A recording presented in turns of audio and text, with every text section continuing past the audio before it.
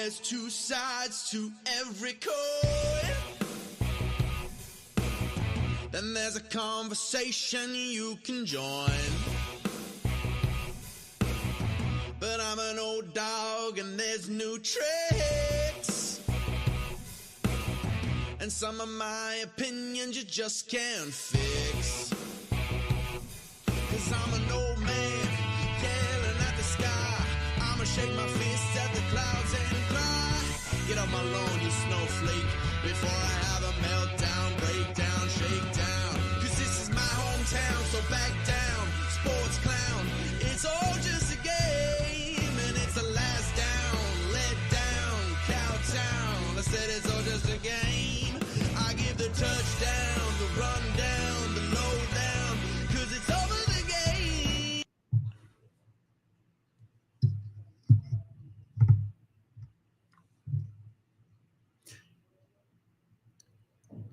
I'm going to say hi. I think we've started. I don't hear a theme. How are you? I am good. Glad you could join us. Just a game. I'm Rob Kerr. You know who you are. Bit of a different venue, bit of a different sound, I would suspect, for you today. Very pleased you could spend some time with us. We are not live in the Oodle Noodle studio. That is normally where you find us. And since I brought it up, I may as well let you know. Since opening their first store back in 2005, Oodle Noodle has been all flavor and just the right amount of weird. 2 locations in Calgary and area, 1244 17th Avenue Southwest, 105 Main Street North in Airdrie, pickup and delivery. Now, what's neat about today, what's kind of nice about today for me, is that we make, every show, we acknowledge the fact that we're doing the show from Treaty 7 territory. Today, it's a little different. We're actually at one of the 7 treaty nations. We're out in Siksika. Full disclosure, one of the groups that I work with, and I mentioned this before, is the Calgary Surge, working on their community programming.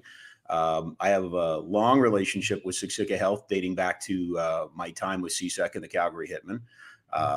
And I do a little bit of work for the First Nations Health Consortium as well. So there's lots of reasons for me to be out here. One of them is also to do this show. Coming up a little later on is Eric Duhatschek from The Athletic. Gosh, golly, I wonder what we can talk to Eric about. There's a few things we can talk to Eric about. Obviously, we'll go back to Monday's announcement that Daryl Sutter no longer with the team.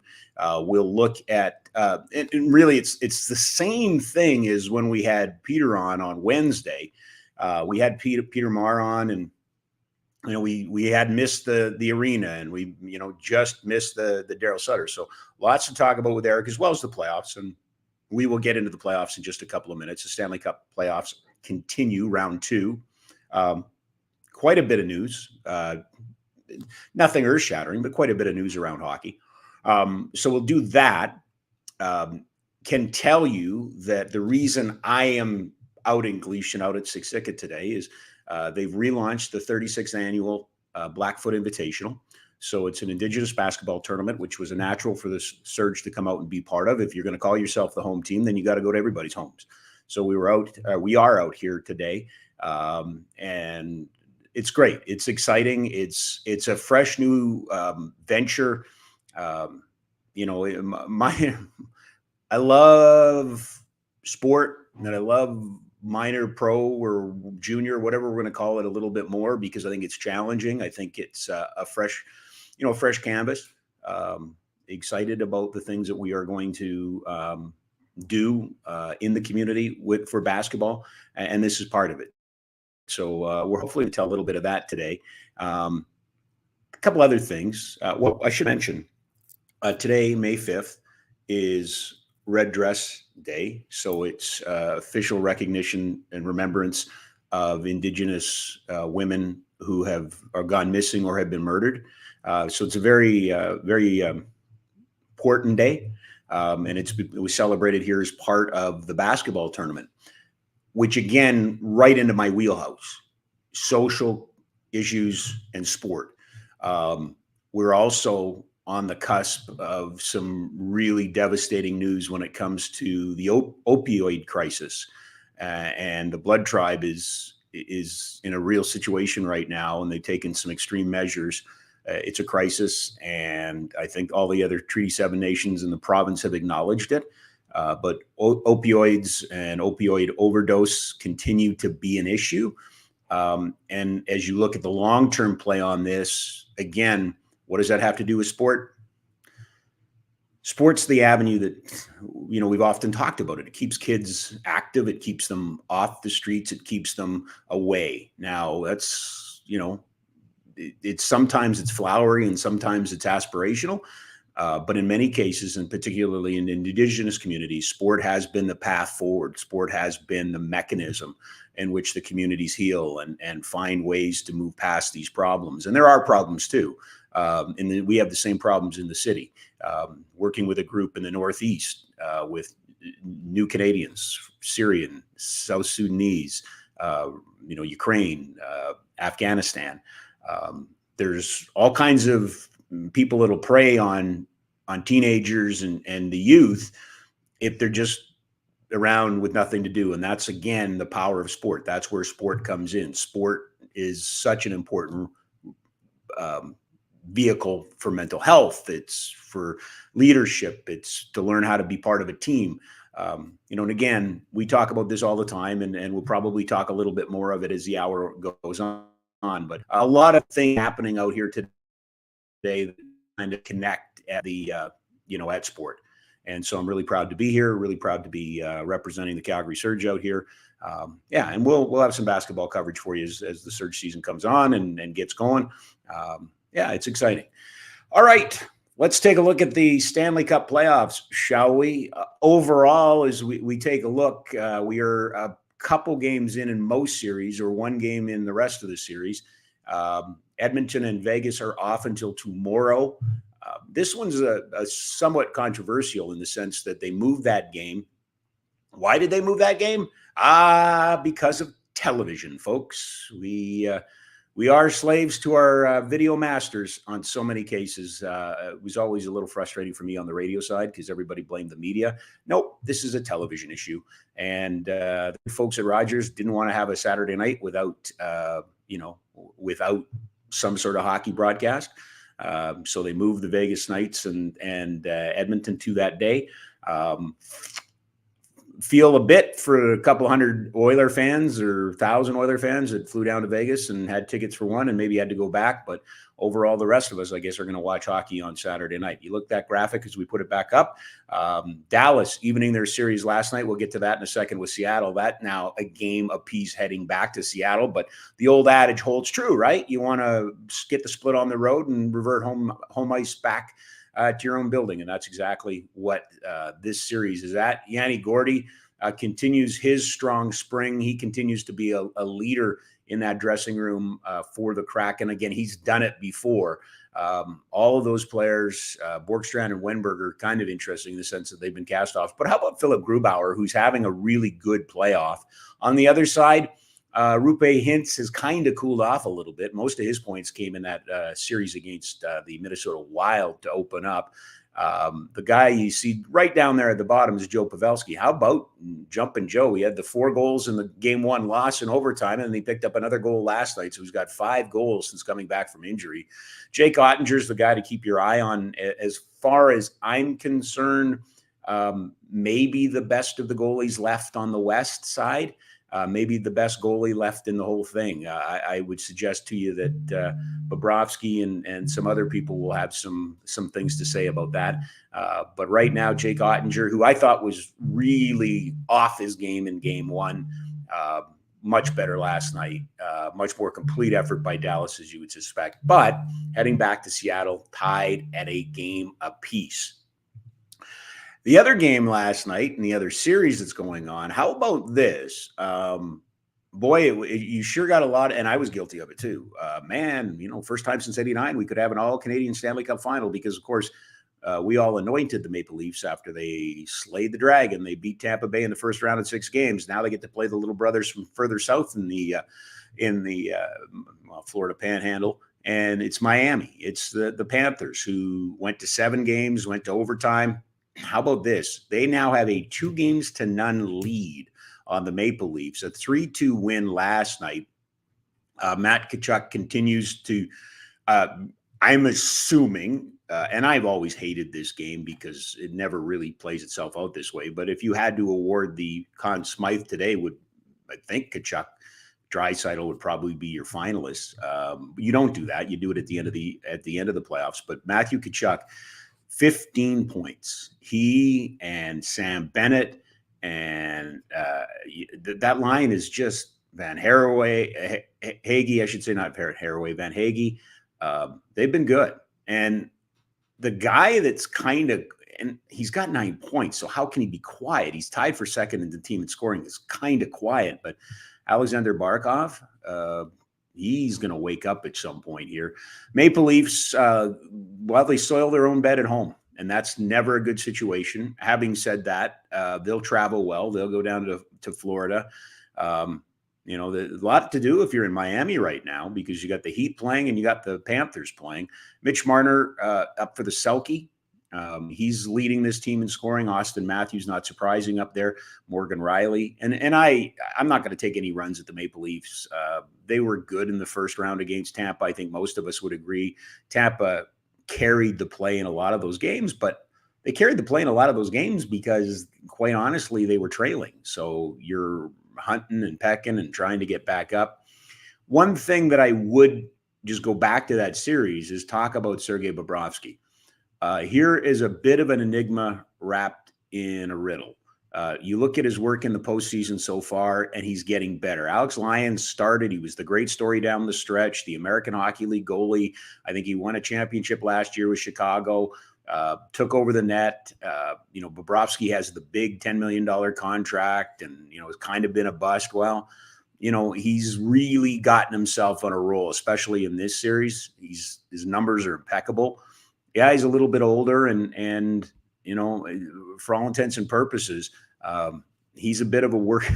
And I get coming back to that word enigma.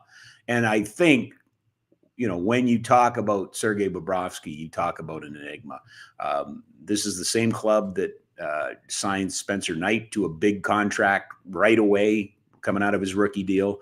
You usually don't spend that much money on goaltending, but clearly somebody in the organization didn't have the faith, didn't have the trust in Bobrovsky, but they put him back in. It took him a while to get his feet under him in that Boston series. The numbers were okay, but now against Toronto road, evidence that a good goal does at this time. I think point that was raised to me, you guys, interesting. That if you look Matt Tkachuk out in that role, the Panther. But what's in is that's what brought it to me. He said, lose Tkachuk now. So much has happened for that Florida team that the Bennetts, the Barkovs, the Montours all believe they can do it. The Bobrovskys all believe they can do it. That team baptized by fire in the first round against a very good Boston team. We know the skinny on the Boston Bruins, and we know what they are, a record-setting regular season team who flat out just dropped the ball in the postseason. But part of that, and Tkachuk said it, Game 7 when he was doing the off-ice hit. For the whole world, it's a huge upset, except for everybody in their dressing room. And it sounds like words. It sounds, it sounds trite, perhaps, but it's true. It's funny. We had Peter Marr on the 19th anniversary of the Game 6 overtime win against Detroit, and that was the triple yeah baby. And if you go back to the 04, which a lot of people don't want to do anymore, and I respect that, I get that, but just talking about these underdog teams, there's usually a tipping point, and that at that tipping point, they begin to go from great story to actually believers in their own story. And I think Game 7 in overtime, beating the Vancouver Canucks, the Flames became believers in their story. Then Mika Kiprasov just won for the ages. I mean, the series against Detroit was 3 shutouts, was just incredible. You get those kind of Herculean events, but you look at that team and how, thin they were in comparison to other teams in terms of talent. There's a tipping point. You believe in. Right now, the Florida Panthers believe. It looks like it's going to be Carolina and Florida, and that they're good rivals. That there's lots of rivalry there. We shouldn't forget that too. We may as well talk about Carolina and New Jersey. I am a little hesitant to throw the baby out with the bathwater in this case. The Hurricanes up 1-0. They play tonight. It was a whooping, and it wasn't even a close whooping in game one. I get the sense, and there, look at the numbers in Carolina. Carolina's not going to, they can score goals. Don't get me wrong. They're talented, but they're not going to blow your doors off. They got 2 goalies that'll go for them right now. Freddie Anderson is healthy, and he's playing again. You look at his numbers. But Antti Raanta can go in there. The story for the Devils was goaltending. Kerr getting into the series, the American Hockey League goalie in Game 3, and eventually leading the Devils to the second round. He was very good at times, and lost Game 6 against the Rangers, so he's bounced back. It's not like the bubbles burst. It's not like, well, once through the league for Schmid, so now what do we do? I don't think that's the case at all. But I do think, looking at New Jersey, it's a fool's errand, right? Oh, this time, no. The one against the Rangers, because it's funny because it's Eric Duhatschek coming on. When Eric was last on this program 2 weeks ago, we were talking about the Rangers being up 2-0 on New Jersey and how it looked like the typical back in the playoffs team that had to learn to lose. And that was New Jersey, and the Rangers had loaded up, and they have the goaltending, and no problem. Don't worry about it, guys. Like, it's okay, New Jersey. We'll pat you on the head and give you a big thumbs up and a gold star, and next year we'll expect something from you, right? It's dismissive. It's really what it was. It was dismissive of the Devils. Well, they roar back thanks to Schmid and Hughes and Dougie Hamilton, and so it would be a bit of a fool's errand for me to sit here and go, ooh, Carolina, I just don't see the Jersey Devils coming back. But I don't think we're talking enough about Carolina. I don't think we're talking enough about Rod Brind'Amour. I don't think we're talking enough about how good that team is. They're not sexy. We don't see them a lot. They are without a mega star, probably without a superstar. Aho, their defense, they've got some really good, but every year they lose somebody, they let somebody go, they trade away Elias Lindholm, they trade away Noah Hannafin, parts are going out. They're not a particularly great team. How do I put it? I'm not mixing my word. I just don't know about Tom Dundon as an owner. Very upfront, very non-conformative. My belief is that Donnie Waddell, who's the general manager of that team, might be making less than some assistant general managers in the league. Dundon has said in the past that he doesn't believe in the amount of money that's paid in salaries and things like that for staff, all those sort of things. So it's a hard place. It's not a well-staffed place. I know of prospects who have gone in the past, not recently, but 4 or 5 years ago, went down for rookie camps and things like that, and sent home to get some sticks and stuff like that. That's what you hear. That's the reputation, if you will, on the street. But man, this team wins. Like, they win. They've been good for a couple years. Rod Brind'Amour is a guy that players love playing for. I thought it was a really interesting stat, and one that I really want to follow up on at some point. How many guys lead their franchise in games played in the playoffs and games coached in the playoffs? That would be a very short list, but he's that guy, Rod Brind'Amour. And if you've ever had a chance, I know that Jeff Merrick and Elliot Friedman on 32 Thoughts, their podcast, they tend to have him on a lot as a guest. I just, again, don't want to get too far ahead of myself. I just don't see them faltering. They have no baggage. They really have no baggage. What's the baggage that Carolina? See, the Maple Leafs carry baggage, right? Like they couldn't get out of the first round. They get out of the first round. They were what 0-11 in game deciding or in series deciding games until they won in Game 6 against Tampa Bay. Now they're down 2-0 to Florida, and everybody's off that bandwagon. They've got no baggage. The Devils. They're, they got by the Rangers, but now the Rangers might be possibly going through a coaching change, possibly losing a whole bunch of players, Kane, Tarasenko, are those guys going back there? Other teams, but Carolina, what baggage does Carolina carry? I don't see it. It's not house money. Like it would be, I think it's a little disrespectful to say that the Carolina Hurricanes are playing with house money. But they, and it's about this time, isn't it? It was a couple of years in a row where all of a sudden they show up out of nowhere, make it to a Stanley Cup final, win one in 2006, right? And just a little bit about Vegas and the Oilers. Vegas got the first game. Leon Draisaitl had a big game. Boy, oh boy, that. We're gluttons for history, aren't we? Like every time we see something awesome or fun or whatever, we always look for a comparable.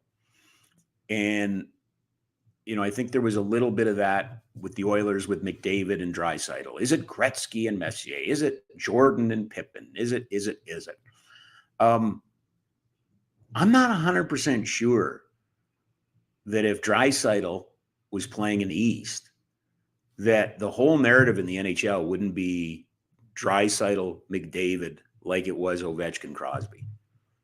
Like, dude he's a phenom. Like, he is the Wayne Gretzky of Germany. There's no doubt. I know there's a lot of speculation and Zapruder film about the injury or the banged up nature of one Connor McDavid.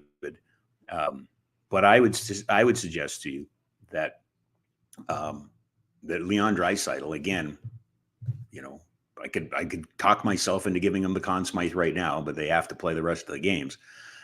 He's been amazing.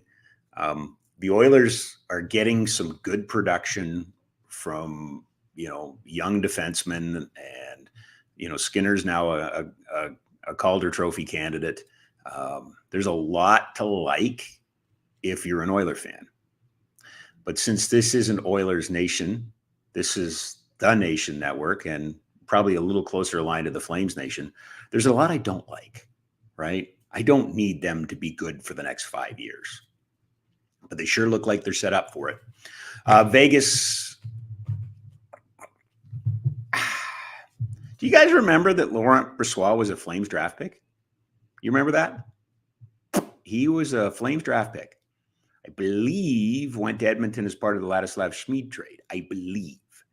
That's with nothing open, no Googling. That's just off my rusty old head. Former Edmonton Oil King, goaltender, has bounced around, has been good enough to back up, good enough to play 20 or 30, but never good enough to take the number one spot. And mostly by injury and mostly the fact that Robin Lehner's hurt. Remember Robin Lehner? He was supposed to be the guy. Like, Marc-Andre Fleury had the Vezina Trophy season. They traded him because they had Robin Lehner. And I wondered if during the you remember when we played hockey in Edmonton and Toronto in the summer? Oh, that was 20 or 21? 20. And free agency class was coming. I always thought Robin Lehner was a goalie that the Flames were going to look at as a possible free agent. Markstrom, who was in Vancouver, I just didn't make, I wasn't looking at that, but clearly that's where they went. But the fact that Laurent Brossoit is Schmid, yes, because he was the American Hockey League, but Brossoit is probably one of the most unheralded goaltenders. He beat the guy that was the starter when he was in Winnipeg. He bested Connor Hellebuck in the Winnipeg Jets. He's been good in this series. Jack Eichel's finally playing meaningful playoff games. Stone's back. There's a lot about this kooky Vegas team, like right from the get-go. They had the leg up on people, the different trading things and all of those sort of things. It's kooky, right? Kooky. And they move heaven and earth for everybody and everything. They get Jack Eichel. Flames are in on Jack Eichel. They get Jack Eichel. They seemingly spend money that they shouldn't have, and they find a way to do it, usually through LTIR and that sort of thing. But they've also gone through their fair share of coaches. They've gone through a general manager already. Bill Foley, the owner in Vegas, we talk about Murray Edwards here in Calgary. You can, again, another owner with very specific desires, needs, and demands on his hockey club. And, the Vegas Golden Knights, here they are again. You got to be spoiled to be a Golden Knights fan, don't you? I mean, like if you're a day one Golden Knights fan, you're not even 10 years old yet, or 10. You haven't even been doing it for 10 years. By the way, I guess I drifted off from the game. Vegas leading when they're playing tomorrow. That's where I was lamenting about television, our television overlords. I did think that Edmonton was going to take game one, especially when you get 4 goals out of Draisaitl. I am more comfortable with the Oilers scoring in bunches than any other team right now. I think Vegas can score in bunches. Dallas scores in bunches. Seattle scores in bunches. But I go all the way back to that game in LA, or against LA anyway, down 3-0. It was in LA. Down 3-0 in the first period, did nothing. Did jack squat. And still found a way to win. The Oilers did that to LA a bunch of times. They believe it. It's back to that whole concept of believing, right? It's a tipping point. And the tipping point for the Edmonton Oilers was that game against LA. And they're not going to be out of any game. Vegas has got to smother Edmonton at some point. Like if you got to figure it, you can't exchange 4 goals with because McDavid could very easily come out and get 4 goals.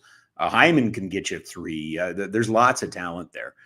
That game's going to go on Saturday night in Vegas. Ooh, I wonder if anybody will indulge in a drink or two. Possibly. Very, very possible. By the way, guests of this very program appear courtesy of our friends at Ski Cellar Snowboard, skicellarsnowboard.com. It is a bazillion degrees outside. It's not. It's 21 degrees. And you're probably not thinking about skiing or snowboarding right now, but maybe you should. It's going to come back around in the fall. There's some great deals to be had on warm winter weather clothing for winter weather. Why not get it now and have it ready for the fall? 3 locations: McLeod Trail by Chinook Center, 17th Avenue Southwest, just off of 14th Street, Bow Ridge Road Northwest, by McDonald's, across from Winsport. One local game, well, a couple of local games, but one local game we are keeping our eye on tonight. The Calgary Wranglers are in Abbotsford, former home of the Heat, by the way, taking on the Abbotsford Canucks, who staved off elimination with a 3-2 win on Wednesday night. So that best of 5 now in favor of the Wranglers by a 2-1 margin. Curious about Mitch Love's team. Very little adversity this year. Because they were that good, would lose a couple every once in a while, but, would get right back and just rip off a bunch of wins. There's a lot of games between these two teams in the last month. There's been a lot of hockey played at the end of the year in this series. We know it's already been a chippy, some might say dirty series. These two teams don't like each other. These two organizations don't like each other. Again, credit to the Canucks. They fought back and gave up the lead early, and then fought back and had a 3-1 lead, and Calgary cut back into it, but couldn't come all the way back. Again, it's that overreaction, underreaction. You want to find that middle ground. I'm not sure that you have to worry about the Wranglers, but oh boy, you get blown out tonight, or you lose in overtime tonight, and there's a game 5. The crazy, wacky world of the American Hockey League shines its light on you, right? Like it shines a bright light on you as now Game 5 is in Abbotsford. Traditional 2-2-1. Come back home, playing in front of your home fans, big crowd. I suppose it'll be a big crowd in Abbotsford. I'm guessing they're drawing better than the Heat did. That's just a guess. Again, it would be like, in many ways, having the Vancouver Canucks affiliate play out of the Dome and having an American Hockey League team in Calgary that belonged to Vancouver. That never made much sense. And to the people who did it, made all the sense in the world. But here we are. The American Hockey League playoffs are a thing. I would encourage you to check out the competition. The game is being broadcast live on the radio tonight, also streamed on AHL TV. And one of my dear favorites, one of my dear friends, and who I think is an absolute superstar, Sandra Persina, who has done an amazing job year one as the voice of the Wranglers, will have all of the action for you in that. Speaking of the local hockey heroes, we had Peter Maher on Wednesday. Interesting for me. It's been a while, 5 or 6 years, quite honestly, since I found myself thrust into the gaping maw of social media. Peter was responding to an article that was written by Rick Bell from the Calgary Sun, who friend of the program. We've had him on the show before talking about arena stuff. Well, not this show, but the other show. We've had him on a show. Anyway, Rick wrote a column, opinion column, which he has every right to do. I found anyway, I'll get to the gaping maw part in a second. But anywho, Pete responded to that and we shared it as a social media clip and got a lot of feedback. And again, I've been kind of out of the game for a while. I've forgotten a little bit about what social media is and what it does. And again, not worried about anything that was said. It was all, hey, everybody's got an opinion, but it did open up a wound. I thought, Rick's column was about, I believe he referenced the players that were complaining about Daryl Sutter as snowflakes. So that was a bit of an issue. And I know Pete, I think Pete's point in all of this was, maybe didn't like the wording, but, the players do have a responsibility in this. Yes, the coach is gone. I do find it a little bit comical. I guess I'm taking a run. It's not my intention to take a run, but there was a lot of reporting after that, hold on now. Some of the Flames players that asked for trades have rescinded those things. I think there's a lot of blowing in the wind, and I think, not that I don't trust sources, but okay. This one was really, I think, a little bit more complicated than people like. Social media is really good at trying to bring things down to a base level, right? The one thing that social media, and I don't care what the format is, even the clips that we put out a 2-minute clip on Twitter. I find, and it's, please, because the guys that run this show are the guys that do it. And I don't want them to hear this and go, oh, Rob doesn't like our work. That's not my point here. My point is even 2 minutes sometimes isn't enough context. And certainly 248 words, or if you buy Elon's package and you get the 4,000 words, sometimes that's not enough. But there's a little bit of context that's needed to this story. A lot of people very angry on both sides. And then my friend I forgot, I think he's old bald guy or bald something.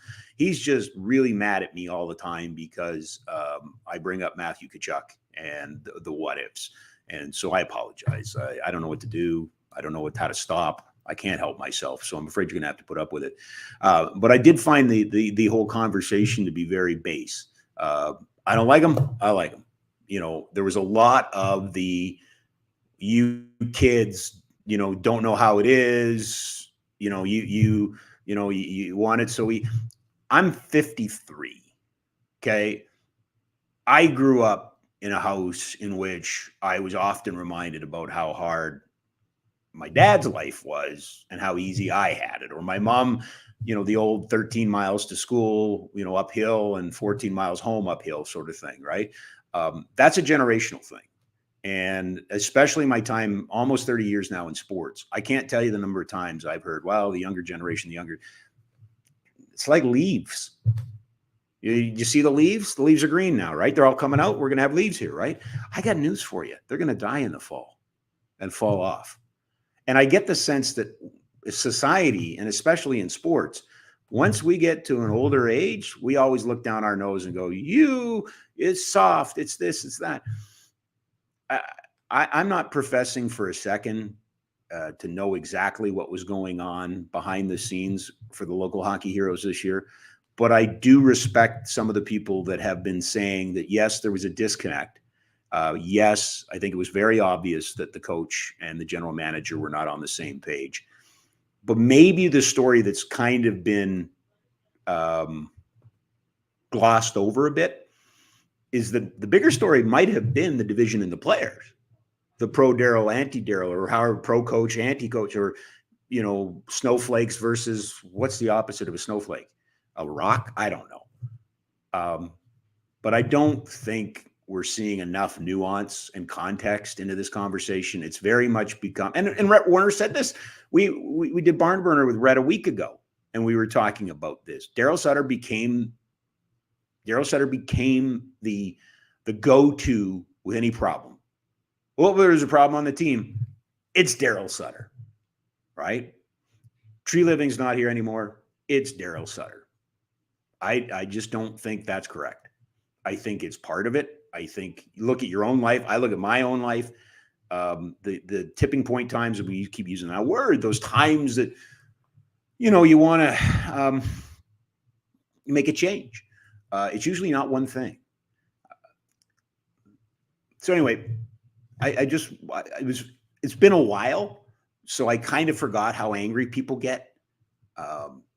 I'm assuming it's not at me. They just start yelling, but I'm assuming it's not at me.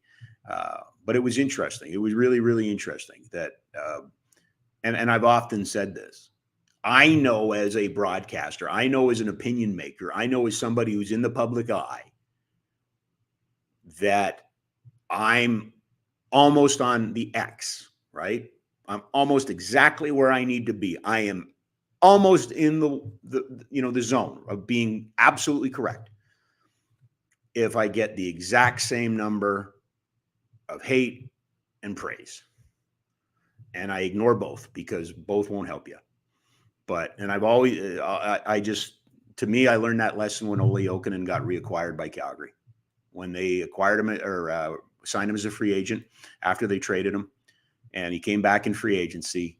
And I just remember going home that night, and it was wasn't much social media then. It was mostly emails, and the station put your email address on the website, so people sent you manifestos and lots of opinions, and no shortage of opinions. And by the way, hi to Matt on the Hound, who I ran into last night, longtime emailer.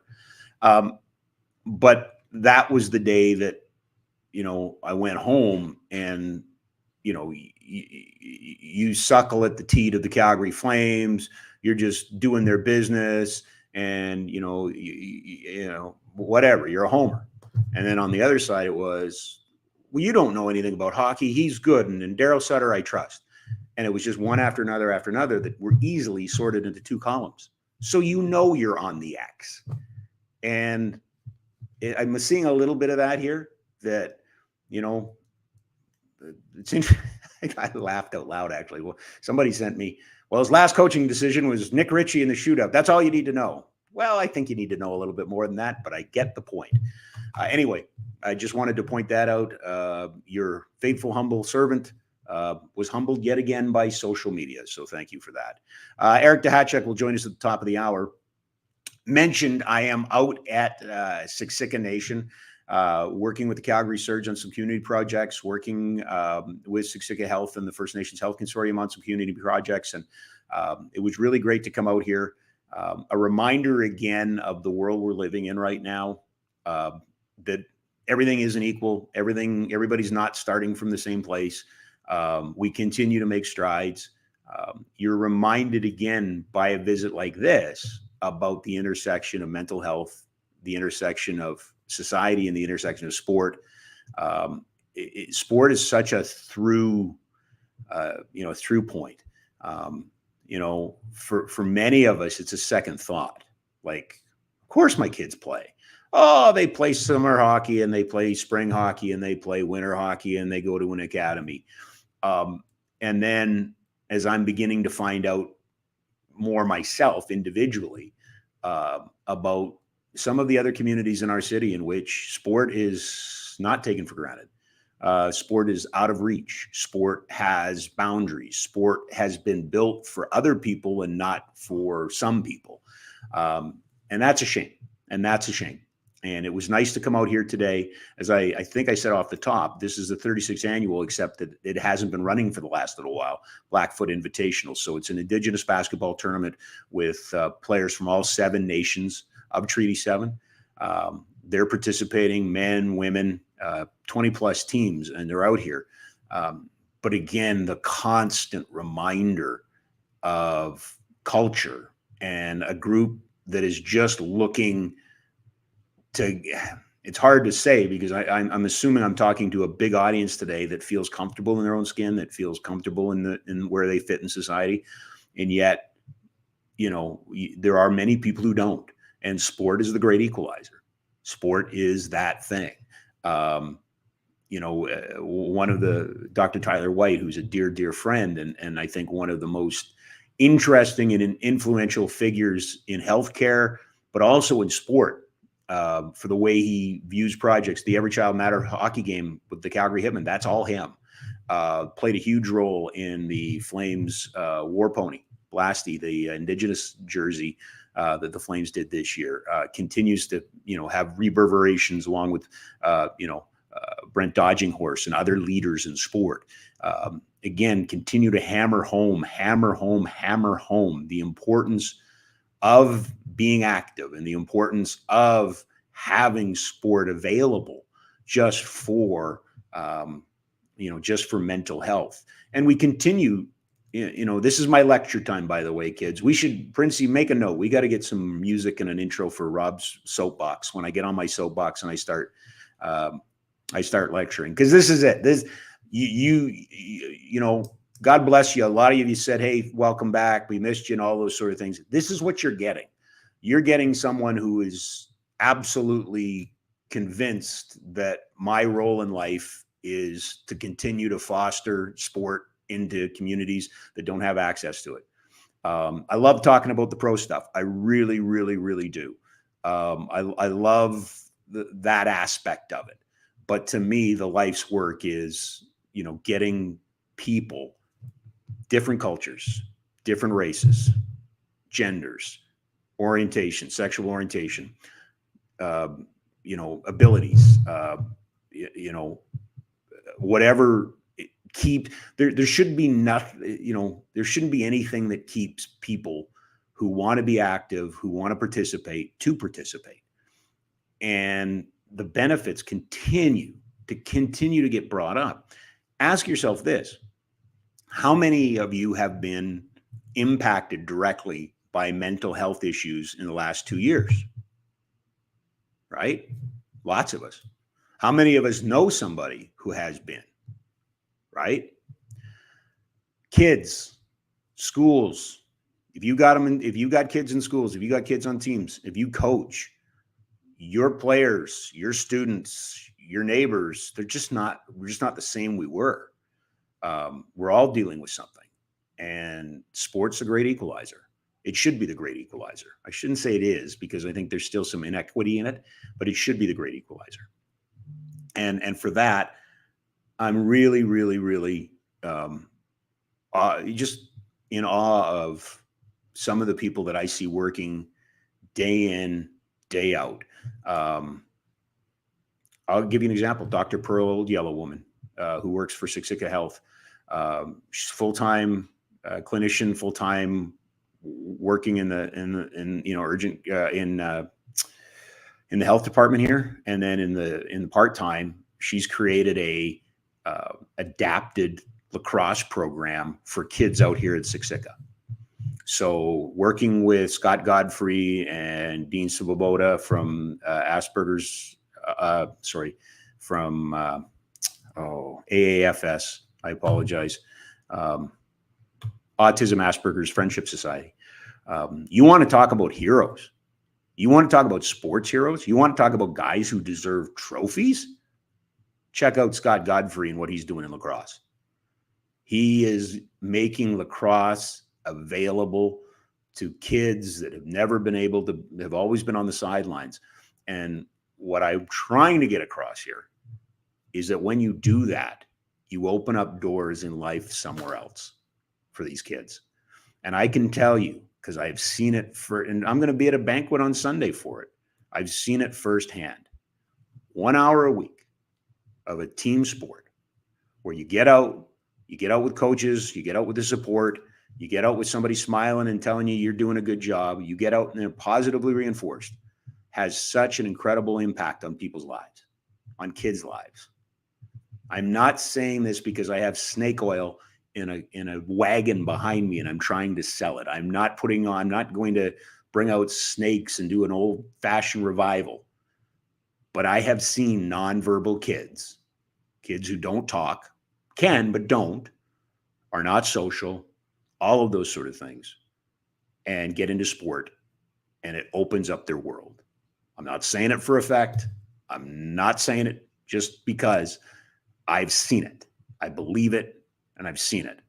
So when we look at things like the opioid crisis, when we look at things like education, when we look at things like the election, we ought to be asking ourselves, what are we doing here?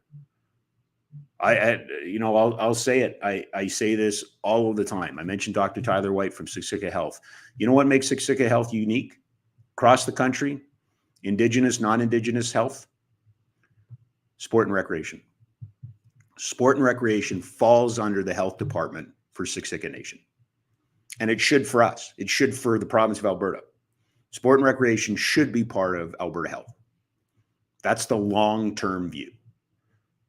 There ought to be, again, programming, funding. We hear it all the time, cuts in education, cuts in education, cuts in education. But active, positive, Jim, okay, let's deal with this other one, because this one came up. Funny enough, this one came up too, I thought was interesting in the whole Daryl Sutter thing was, these kids just want, participatory medals. What about no-cut football in high school and no-cut sports in high school? Are we doing disservice to our kids by saying, okay, you're not good enough to play on the team, so you don't get to play anymore? I really do believe that if we invested in sport as a function of our health system, that in 20 or 30 years, we would see remarkable results. Now, said it before, I'll say it again. There isn't a politician alive that's trying to get reelected in 20 or 30 years. 2 or 3 years, yes. 20 or 30, no. So God bless you, UCP party, for cutting some big checks down the stretch. And I'm very lucky to be working with an organization that got one of those. But I will be very interested to see if that one-time donation is kind of equaled out next year with a cut to a program. We really got, and again, we've got an opioid crisis. We've got a mental health crisis. We really need to be rethinking the way we're doing sport. Okay, Rob gets off I know. You're logging off. I get it. I understand. Eric Duhatschek's coming. He'll save the show. Go ahead, Rob. Why do you keep talking about these real life issues? I don't know. Can't help myself. I can't help myself. We are not in the Oodle Noodle studio. Oh, by the way, Oodle Noodle brings the heat. Have you tried their butter chicken mac and cheese, their Kung Pao noodles, Bangkok Pad Thai Classic, vegetarian and gluten-friendly options? Pickup and delivery, 2 Calgary locations, 1244 17th Avenue Southwest, 105 Main Street North in Airdrie. Coming up on Monday, Ryan Pike from Flames Nation, the managing editor. Have you gone to Flames Nation? You should, if you like the Calgary Flames. It's funny how that works. The Oilers Nation, if you like the Oilers. Canucks Army, if you like the Canucks. Blue Jays Nation, you picking up what I'm throwing down here? Anyway, I give Ryan's crew a ton of credit. They are just grinding out all kinds of articles on all kinds of things. The Flames, individuals, coaching, general manager, the arena, and stuff like that. So just a little shout out to our friends at Flames Nation. Calgary Flames in the midst of a general manager search. We don't hear a lot. I would suggest to you that if I was, and I believe I said this on Wednesday, if I was Don Maloney, I'd go to Chicago or Vancouver. I'd go somewhere else. I would rent a hotel room, get a conference room, not unlike this one. As a matter of fact, I would offer this to the Calgary Flames. I mean, I shouldn't. It's not my health department, not my health office, but I would talk to my friend, Dr. Tyler White, and see if they could use it. But get the hell out of Dodge. Start your interview process, which I believe they have done. I believe Craig Conroy's back. I believe that Conroy and Pascal are no-brainers, that both of those guys should get conversations. I believe that Wes Gilbertson actually wrote a really good column about candidates. I think if you listen to Elliot Friedman's podcast, Chris Johnston's podcast, Frank Saravelli, there's no shortage of names. What I would hope is that Don Maloney would go somewhere else, so we're not staking them out at the airport and not doing the rumor stuff. Get it down to a small number and then bring them back. Interesting, the point that was made earlier in the week about his comment, Don Maloney's comment about, talk to the coaches, talk to the staff, talk to the trainers, talk to prominent agents. I wonder if, not that this goes back to the whole snowflake conversation, I suppose. If you wanted a player's perspective on this, what player would you want? If you were going to add, is it Jonathan Huberdeau because he's making the most? Is it Michael Backlund because he's got the seniority? Is it Rasmus Andersson because he very well could be the captain of this team moving forward? I'm curious to see if there's any interaction, and I don't know if we know. I suppose we'd have to ask. Interaction between the search committee or the search. I said search committee. Is it Don Maloney? Is it Don Maloney, John Bean? Is it? I hope Brent Gibbs. I hope they ask the retail guy to get involved in that. But you know the point I'm trying to raise here. I think it is, and just cautious. Yesterday we're talking about Andrew Brunet as a possible head coaching candidate, and I think he's a candidate. He had the success with Jonathan Huberdeau. I get a little bit nervous when you're looking at one thing somewhat myopically. Oh, we ought to get him because Huberdeau had his best regular season. But what happened to the Panthers in the playoffs? There was a reason why, Florida moved on. So a league full of retreads, I get that. I understand that, all of that. I understand. But I think when we're having these conversations about he's a candidate and she's a candidate and they're a candidate, especially on the coaching side, it's so refreshing to hear Maloney say what we all know. Let the coach, let the GM hire the coach. All due respect to Mitch Love. Mitch Love will be a head coach in the National Hockey League. I believe Ryan Huska will be a head coach in the National Hockey League. I'll go one better than that. I think Cale McLean is also a candidate at some point to be a head coach in the National Hockey League. These are all guys. People forget Jared Bednar was in the Flames organization. He was an assistant coach, I believe, with Jim Playfair. There's lots of guys. Glenn Gulletson was coaching the Flames ECHL team in Vegas and eventually made it to the National Hockey League. Lots of candidates out there. Now with Columbus looking and who knows what happens, there's a lot of smoke anyway in the Rangers. There's going to be teams looking for coaches. There's teams looking for coaches. Are you in danger of losing them? I suppose, but still the process is get the general manager first and go from there. I'm going to say this one more time. I'll say it one more time.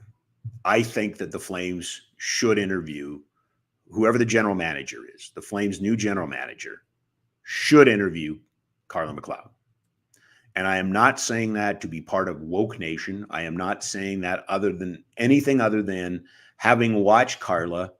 I have a unique perspective on Carla. Carla comes to superheroes on Sunday mornings. So she's out there with kids who are just starting to learn to play hockey, kids, are superheroes. And I see how she handles them. And then I watch her with Chechia. And we've had this unique perspective because everything that she's done with Czechia has been shown to the world. The IHHF, TSN have all been there. They've shown us the post games. They've shown us the player conversations. I have seen Carla speak to coaches. I know how professional and how prepared and just thorough she is. So let's push aside, Ty, close your ears. Remember, Ty, close your ears. Let's push the bullshit aside, the misogyny aside, the best possible candidate. I am making a case for Carla McLeod to get an interview. I think she deserves it. It was interesting, Wes Gilbertson writing on his in his column in The Sun about candidates. He mentioned general manager candidates, sorry. He mentioned Haley Wickenheiser. We are getting to that point, thankfully, that the best person is getting mentioned. Now, best person getting hired? I don't know.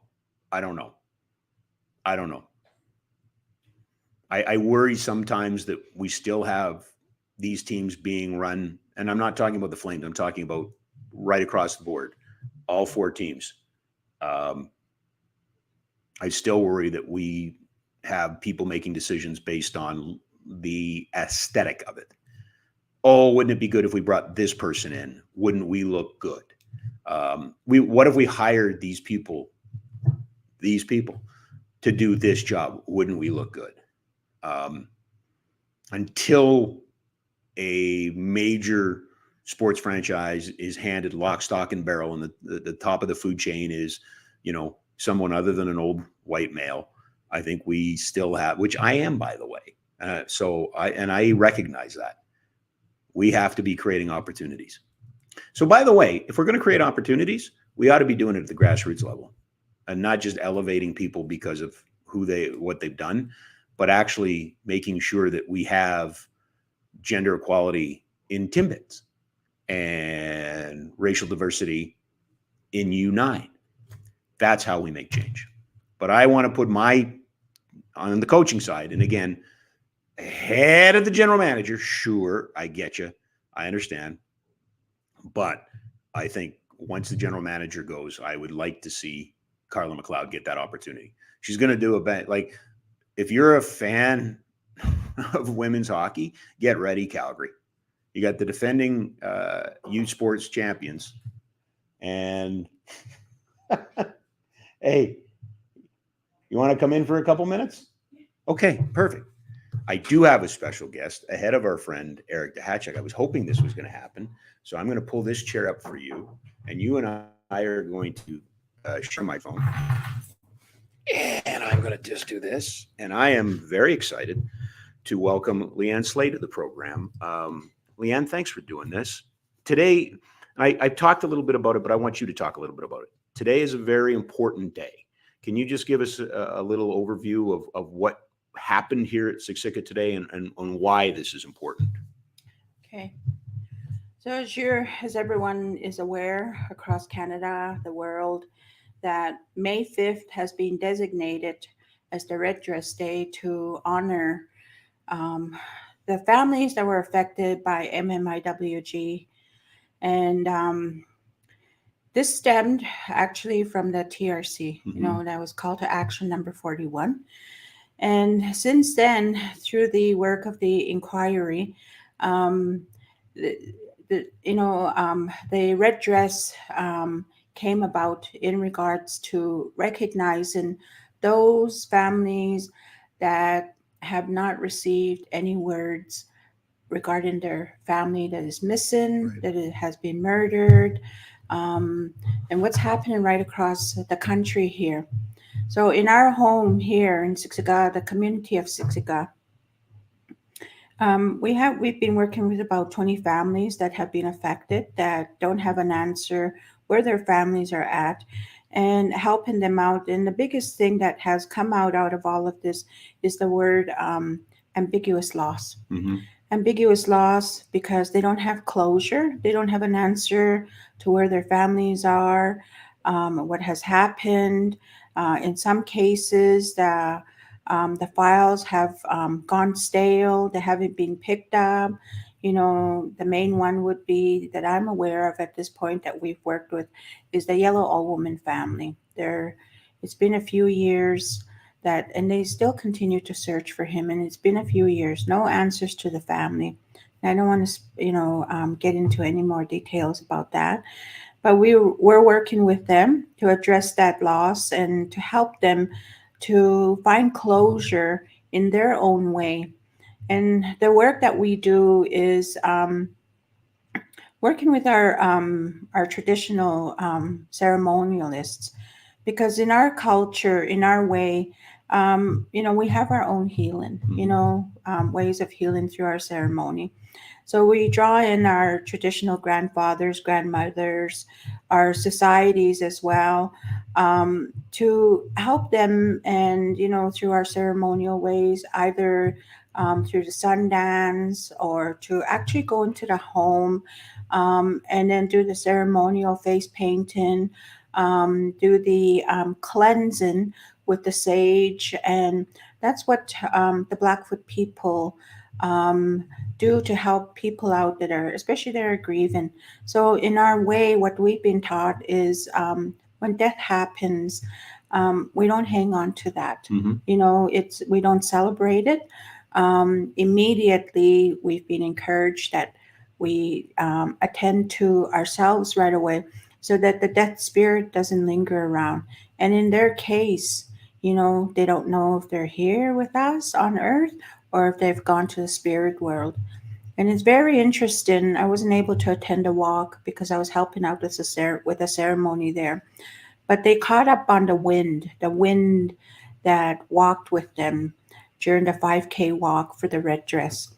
And so when we were talking, and the wind is, the wind of our ancestors being with us, letting us know that we're not alone here. Mm-hmm. We have guidance from our ancestors, from the Creator, to help us to move to that point of healing and putting some closure to this, and bringing the awareness out to Canada, out to our youth, our people, um, to in a to make them aware that we need to stand together collectively to address these societal issues that are affecting us right across the board. One of the poignant things for me today was that it also corresponds with the relaunch of the Blackfoot Invitational Tournament, and you were recognized at that tournament. Can you just talk about the importance and the intersection of sport and activity and wellness when you are trying to reestablish the ceremonies and the culture with the youth? So from the stories I've been told, um, we governed ourselves, prior to the European contact. And through our societies, it's like going from K to 12, that curriculum. And we were guided through those societies, right from the young, right to the adult. And part of our way of life was the physical activity. And it was part of our training of the memory skills, the disciplinary methods, the respecting Mother Earth, and all its creatures, that we lived off of. And today, those values are coming back. We're being taught about those values. We're teaching our younger generation about those values, and part of it was sports. Um, Basketball was a part of the traditional games that we have. We had fun learning. We had, the atmosphere. It was very well received to for the adult generation to be teaching the younger ones about these things, because everything was oral. Nothing was written for us. Everything was taught orally, and those are skills that they grew up with in order for them to go into their adult life.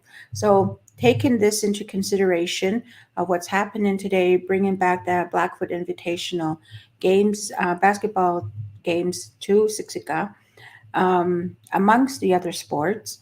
It's going to help our younger generation, to look up to that, Hmm. to feel a part of it, and to have that sense of pride that they belong to that. Because when you're active, it helps you to heal. It helps you to reach the inner core of yourself, to bring that healing about. And that's part of the healing journey that we're encouraging our people to take on. And it's been very, very well directed by our CEO, Tyler White, our mental health clinical coordinator, Dr. Q, and then also our community wellness team leader, Pauline Yellowfly.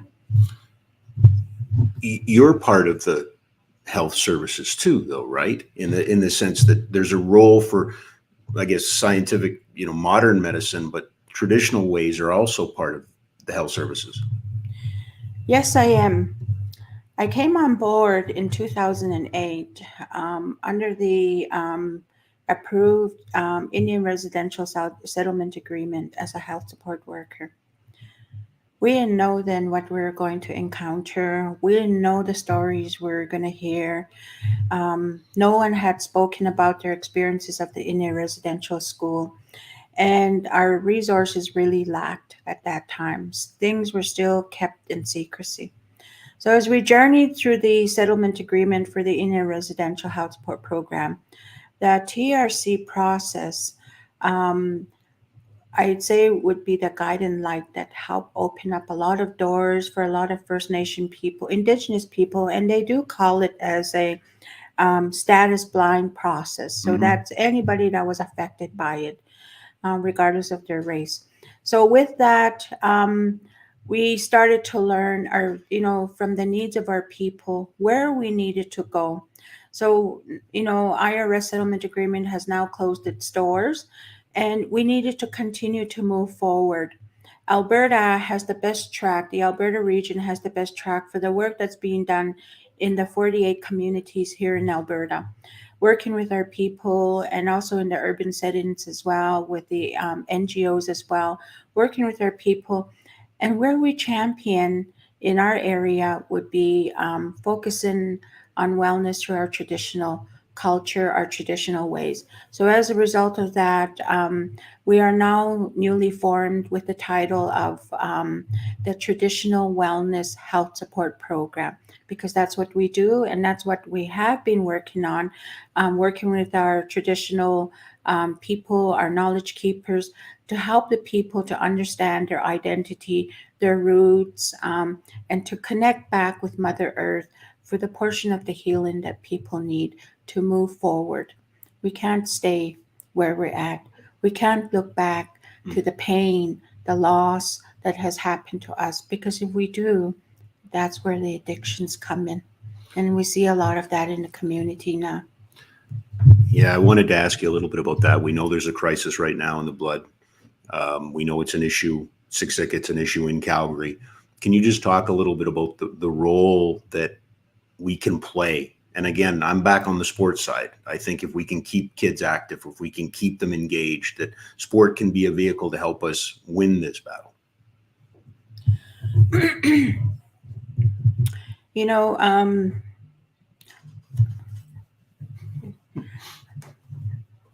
I'm on a healing journey myself, and one of the excuse me, No, myself. it's all good. Um, One of the best ways that I can attest to the question that you've asked me is what helped me to heal. Hmm. You cannot just sit there and contemplate on the issue. You're and I don't have the mechanics of all the wording in regards to your brain activity, what happens with you. Um, but I turned when I went through a tragedy in my life. I turned to exercising. And I got the most benefit out of that because when you're exercising and you're sweating blood and tears, or not blood, you're sweating tears. I was thinking of Rocky. I know. Yeah, me too. Yeah. Okay. I was starting to act like Rocky there. But when you're sweating and you have no room to think about anything else. that's one of the best ways to heal is to just drain yourself through activity, through sports, and it helps us. It brings our spirit back to us. It helps us to center ourselves because you're in the now. And that's the most important part of healing, is to bring yourself to the now so that you're not 60% in the past, worrying about the future as well too. It's being in the now, and I think sports is something that really helps us to ground ourselves, to really look at the core side of what's happening inside you. And of course, with other the the mental health portion of it as well, Yeah. and then having our community, our cultural support as well too.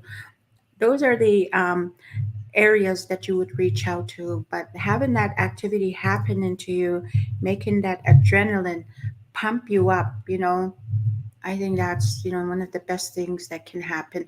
And I think sports is really, really needed to help our younger generation, help our youth out, because when they're out there and they're getting that adrenaline going, they have no time to think about these things, and it helps them. But they need that ongoing support in order for continuity to happen for healing.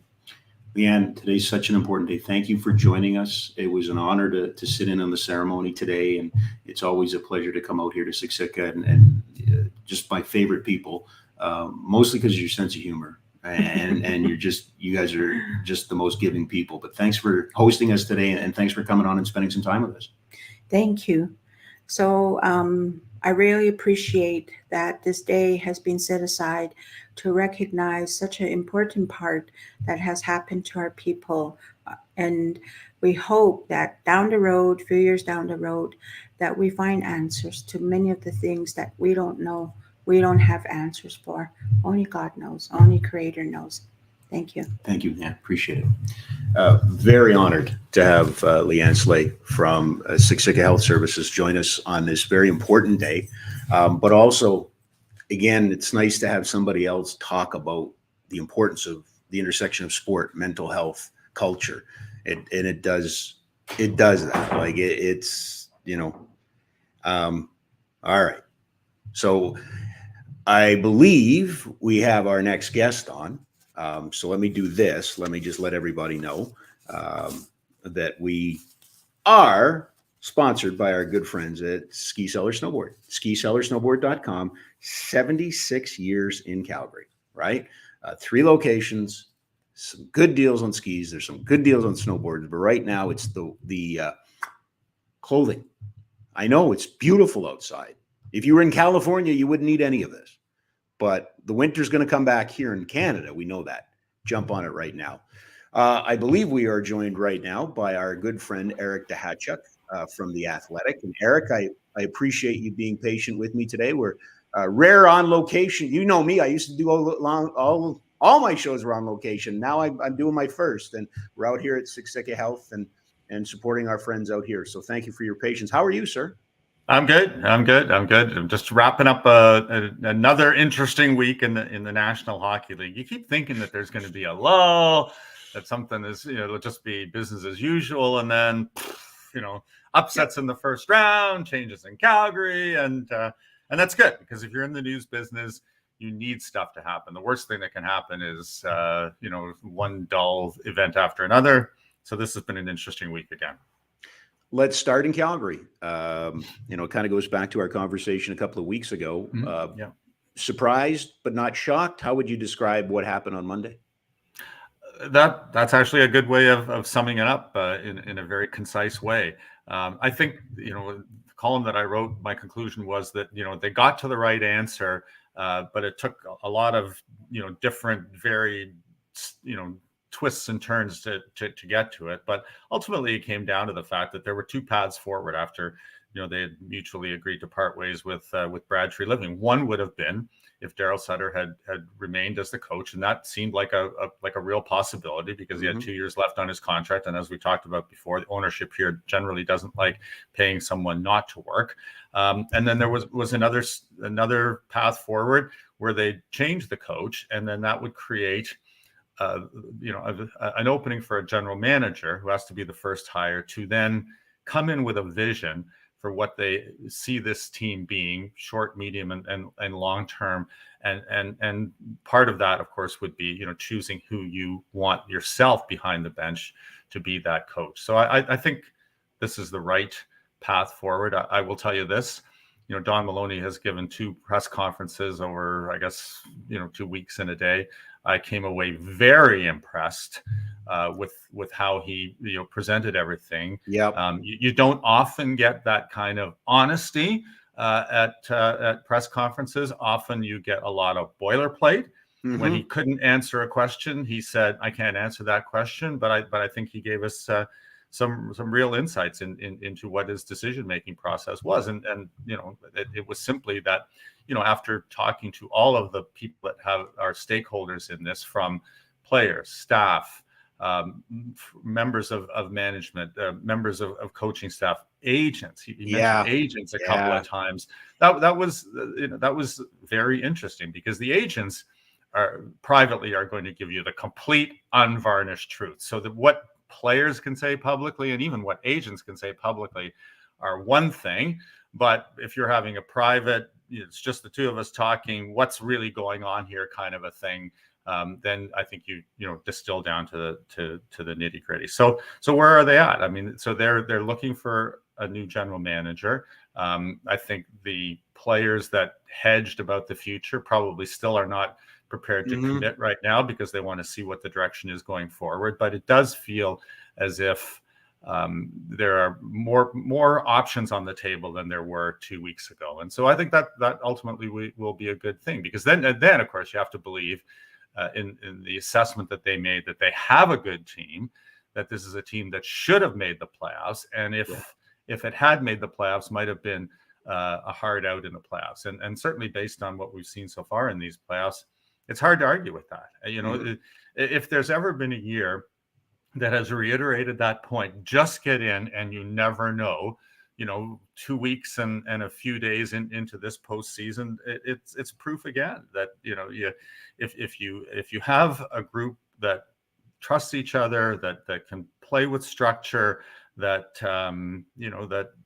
catches the right breaks in terms of your injuries versus their injuries and so on and so forth, there is always a way to navigate through the playoff waters. And so, and this, even the start of the second round has just been completely fascinating. I mean, I'm not sure what fans in Calgary think of Toronto, Florida right now, because when you think about 2 of the principals on that Florida team, Sam Bennett and Matthew Tkachuk, and then, the impact that they had here, one obviously more than the other, and now the impact that they're having on this Florida team that looks as if it could be in the Final Four if it wins 2 more games out of the next 5. So, just a really interesting time to watch, and and our side of it to chronicle.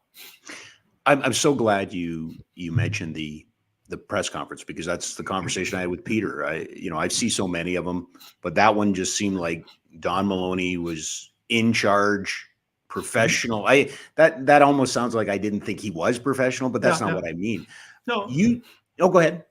No, he professional is the exact word. You want, I use it. People always get upset when I say this, but you sometimes you need an adult in the room, or you want an adult in the room. And so when I see, Don Maloney there taking over a very difficult situation, because let's face it, he and Brad Treliving were and are fast friends. So the fact that, that he was pressed into service after, the parting of ways between Brad and the organization put him in an awkward position. But I think that once he took a few deep breaths, it was like, okay, so I'm in charge, and I have been in charge before. And by the way, when, if there's ever someone that you want to trust to run your organization at a time when there are hard choices to be made, somebody that ran Arizona for 9 years, including part of that NHL ownership, is the person that I would want, because there isn't a single thing that he didn't see in all those years running Arizona that will make these problems will pale in comparison to what they had to deal with in terms of budget, in terms of the way, crazy owners, and then the commissioner for a while. And I mean, it was just one thing after another. And to be able to navigate through that, and was impressive. And so I think that, you get battle scars from something like that. And I think in his particular case, you just see that there's a gravitas about him, that he's someone that can take the step back. Again, that people in this day and age want instant results, and they want instant answers. And so after the first press conference, it's like, okay, it's time to take a step back. It's time to do due diligence. And then it's time to consider the information that I've gathered. That to me is the one thing that if it happens, it's not stressed enough over the years. You take all of the information, you think, okay, well, maybe there's an awful lot of people that didn't like working for Daryl Sutter, but that doesn't necessarily mean that we're moving from him. But you weigh it all, and it's like, okay, but I just can't see, like the better path forward is to just completely clear the decks and to start with a fresh managerial team, and then manage, and you can't start with a fresh managerial team if they are saddled with a coaching staff. I don't care what you say. Whenever a manager inherits a coach, once in a while they can make it work. I guess Tree Living and Bob Hartley found a way to make it work for a while, but mostly you want to be able to come in as a manager and say, okay, this is my hockey team. I'm going to stamp my imprimatur on it, and the first thing I need to do is interview a series of coaches, but choose someone that I think can take this group and make it better than it was a year ago. So again, I thought nothing but positive things that have come out of the events of this week for sure. But you made reference to the same thing that a couple of us have made reference to. We talked to the players, we talked to the assistant coaches, we talked to the trainers, we talked to the agents. Yeah. Is that significant? Is that a change in the way the game is now, or the way we're doing business, is by actually acknowledging that? Well, I think it's been heading in that direction for a long time, Rob. I mean, just think about the number of agents that are now running teams. Ted Hughes is running Montreal. His experience is strictly on that side of the equation. And let's face it, the managing the salary cap, understanding the salary cap is a big part of what makes a successful general manager today. And so it's probably very rare that you would find someone that can take that job as a general manager and be able to check every single box. Has he been a scout? Has he negotiated contracts? Has he worked in an agency? So if you haven't checked all of the boxes, and you get that job, then you find somebody that fills in the gaps of your knowledge that you trust. And so I do think that it's been trending that way for quite some time. But I do think that it's as important as it ever is right now, because and then again, it comes down to the care and feeding of the modern day NHL players, and that was something else that Don Maloney said in the press conference. There was a time 20, 30, 40 years ago when there were a limited number of jobs in the National Hockey League, when there was no salary cap.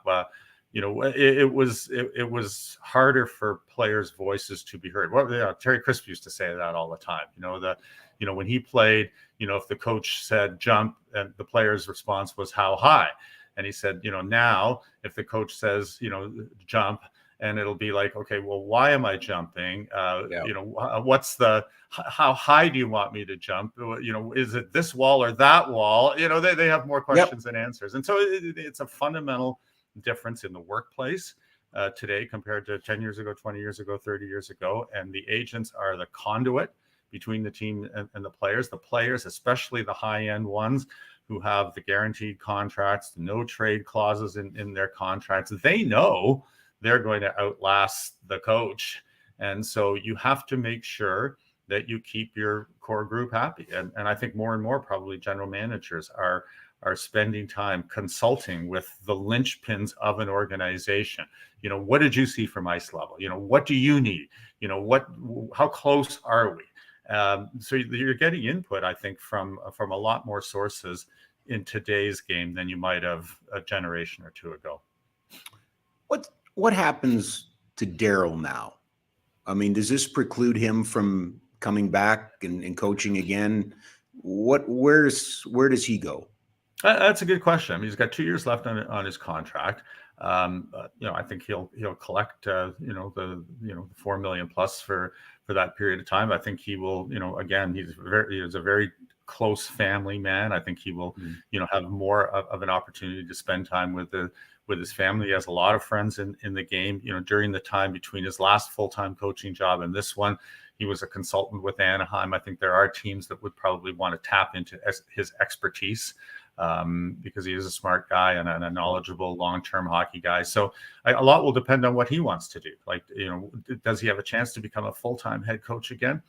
Maybe 64. It's not he isn't exactly, doddering at this stage of the game. I think it would be only a handful of teams would have the, what's the word I'm looking for? I was going to say courage. Maybe that is the word, to hire Daryl, because, you pretty much know what you're going to get with Daryl. There's a single-minded way that he coaches. And so if you think that the message that he can bring is what your team needs, then yeah, I do think there's a chance. I think it's more likely that, like a lot of people who are essentially hockey lifers, that consultancy, input, guest coaching, those types of things are more likely for him. But I don't think he'll disappear completely, because I think that that he and everyone in his family, hockey is part of the fabric of their lives, and so if an opportunity comes up, it's something that he'll look at.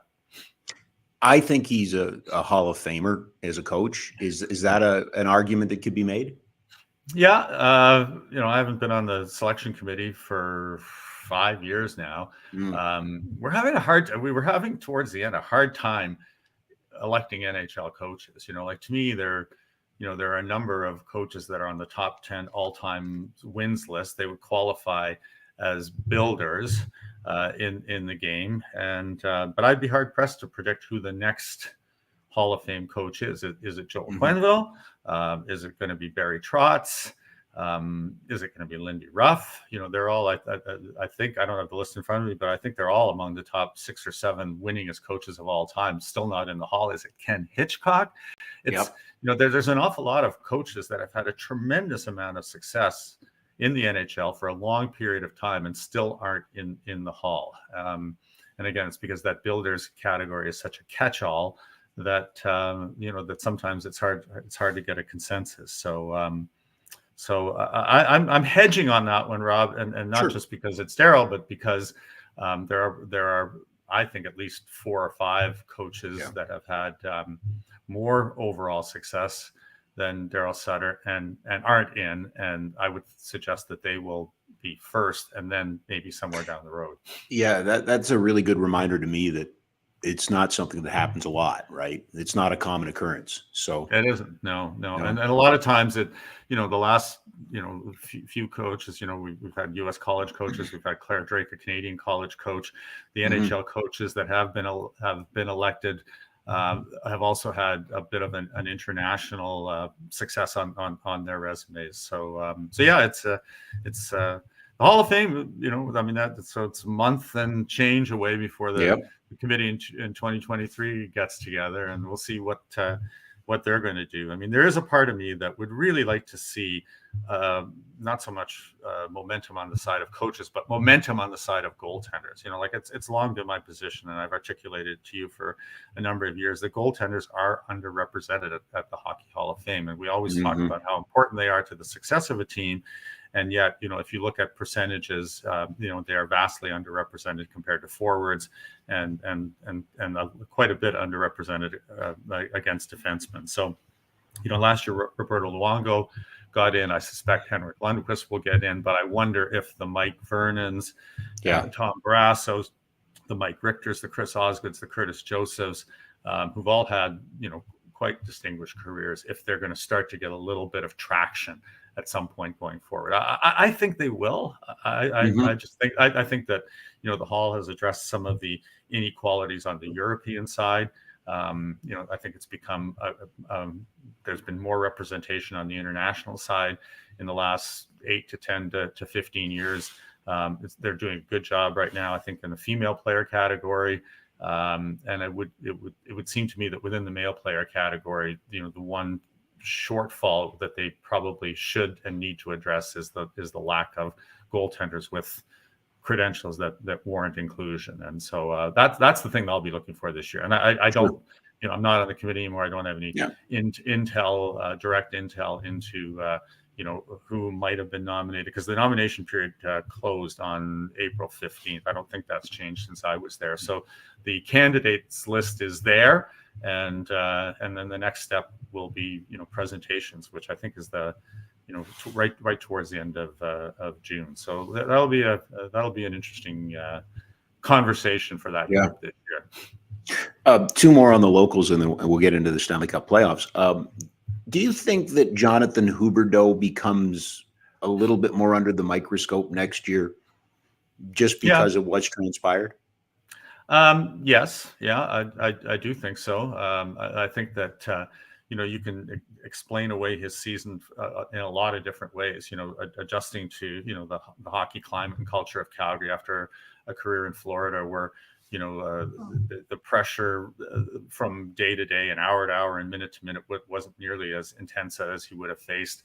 The fact that he is primarily a playmaker, and if you look at the roster of players on the Flames, there aren't too many that qualify strictly as snipers or goal scorers. So there's a lot of mitigating circumstances, but somewhere between the 115-point player that he was 2 years ago and the player that had 60 this year is probably the real Jonathan Huberdeau.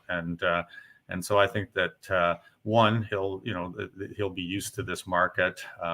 He'll have the summer to get his head around what he can expect. So thinking and then actually experience it are two completely different things. And then again, depending on how the roster gets tweaked, it's possible that they'll get him some help, and somebody that meshes more with his skill set. And so, but absolutely, I mean, you could argue if you were his representative that, for the $5.9 million that he earned this year, he had an okay year.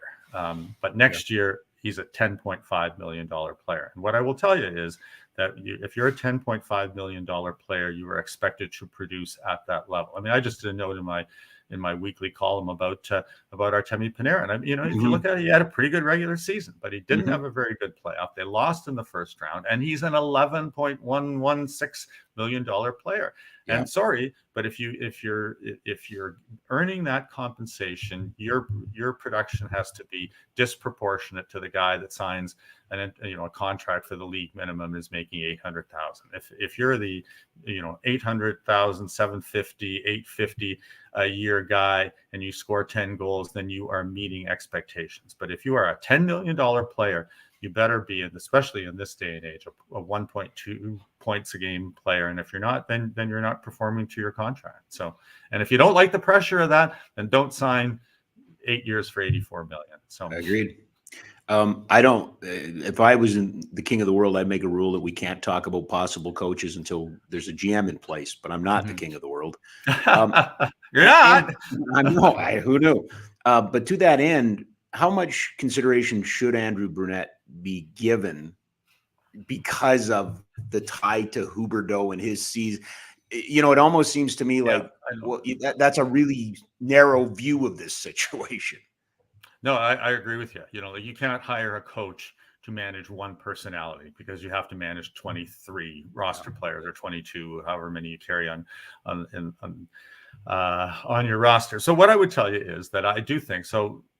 Hire a general manager, and the general manager comes in, looks at the available coaching pool. You've got veterans, like Peter Laviolette that have been around a long time. Is he the right fit here? Probably not. So then, you look at assistant coaches or associate coaches that are waiting their opportunity. There might be a few there. And one of them would be Andrew Brunette. And you could make the case that, he stepped into a situation in Florida after he took over from Joel Quenneville. Mm-hmm. He had a very good team, but he was a great steward for that team. And so, there's a lot to be said for the way he got that team to the playoffs, and then they lost in the second round. I think the feeling was that he was out coached a little bit, and that they needed someone with a bit more, bench savvy. That's why they switched to Paul Maurice. I do think that the way Paul Maurice has been coaching in these playoffs leads you to think that that he is the guy that can push the right buttons in terms of getting matchups and getting lines going and so on and so forth. But if you, as the new general manager, evaluate Andrew Brunette as the best possible overall candidate, then absolutely he should be Yeah. a consideration. He shouldn't be hired just to manage Jonathan Huberdeau. That would be the wrong reason. But that doesn't mean that he's not the right candidate. No. I would say that you have to talk to him. Again, depending on, you can't now while New Jersey is still playing. I think there probably would be other teams that want to talk to him, depending, there's 4 openings at the moment, and there could be more. So, so I would have no issues with him being the next coach here, but not just because he has a relationship with Jonathan Huberdeau. Right. And let me ask you a question, because you know the minor league team better than I do, but I hear nothing but good things about Mitch Love. And is the only question, is he ready now, or does he need to come to the NHL as an assistant for a year or two just to, be in every rink and adjust to the life, and then maybe he's the next coach after that? Because I don't know anything about him, or I know very little about him, and not enough to be able to authoritatively say that he should be a candidate. But the things I hear from the people I talk to, Yeah. very impressive guy. Really successful in the Western Hockey League, kind of a rapid ascension into the American Hockey League, has, pushed all the right buttons, has had a terrific goalie, and that's a great equalizer, right? That, he's been able to work with one. But the chatter, and I hate saying this because we always live in historical comparisons, right? Yeah. But it does remind me, he's being talked about the same way that I remember John Cooper in Syracuse was talked about. Like, that's the guy. Like, there's the guy coming. And I think highly of Ryan Huska too. Yeah. But I think Huska's got that unfortunate, you can't be the assistant on the main team and take over. That's always been a difficult job, right? Yeah. Well, and as I say, that'll be, Craig Conroy's problem, or whoever ends up being the next general manager of the team. But the beauty of it, and this is again harkening back to the press conference, you don't drop the puck until October. You don't start training camp until September. Now, you want your coach in place before that. The times that coaches have been hired late, it often hasn't worked. I think back about, Don Hay. That was one of those situations where it couldn't be helped because of the timing. But to hire someone in August and then expect him to come in with a plan by September is challenging. So let's see how these next weeks and months unfold. And it'll be one of those situations where you write down a name for the general manager, you write down the name for the coach, and then when all is said and done, you pull it out of an envelope and see if you're right. So exactly. I'm making the case here. I'd love to see them, whoever takes over, to talk to Carla McLeod, because I think she, as far as coaching jobs, I think she's done one of the best in the last 2 years, and it's been all there for everybody to see in Czechia. Having said that, that's, neither here nor there. Let's go to the Stanley Cup playoffs. Not too far away though. What's the difference between Matt Tkachuk this year and Matt Tkachuk last year in the postseason? Because he was not a force against Edmonton. I thought Evander Kane really nullified him. And now, I mean, if it wasn't for a guy named Draisaitl, he's probably the runaway leader, the inside track on the Conn Smythe. You know what? I wish I had a good answer for you there, and I don't. Other than the fact that I think that it looks like he feels more comfortable in that team environment in Florida than he did in Calgary. So like a lot of times, you ask your players to be leaders, but sometimes they end up deferring to older players on the team, and I think Matthew's style didn't always mesh with what his teammates thought, and so I think when he went into Florida, that was a team that was ripe for someone to just step in and follow me, and so there was no question about who they're following. Barkov, terrific player, but quiet and one of those just get the job done kind of a guys.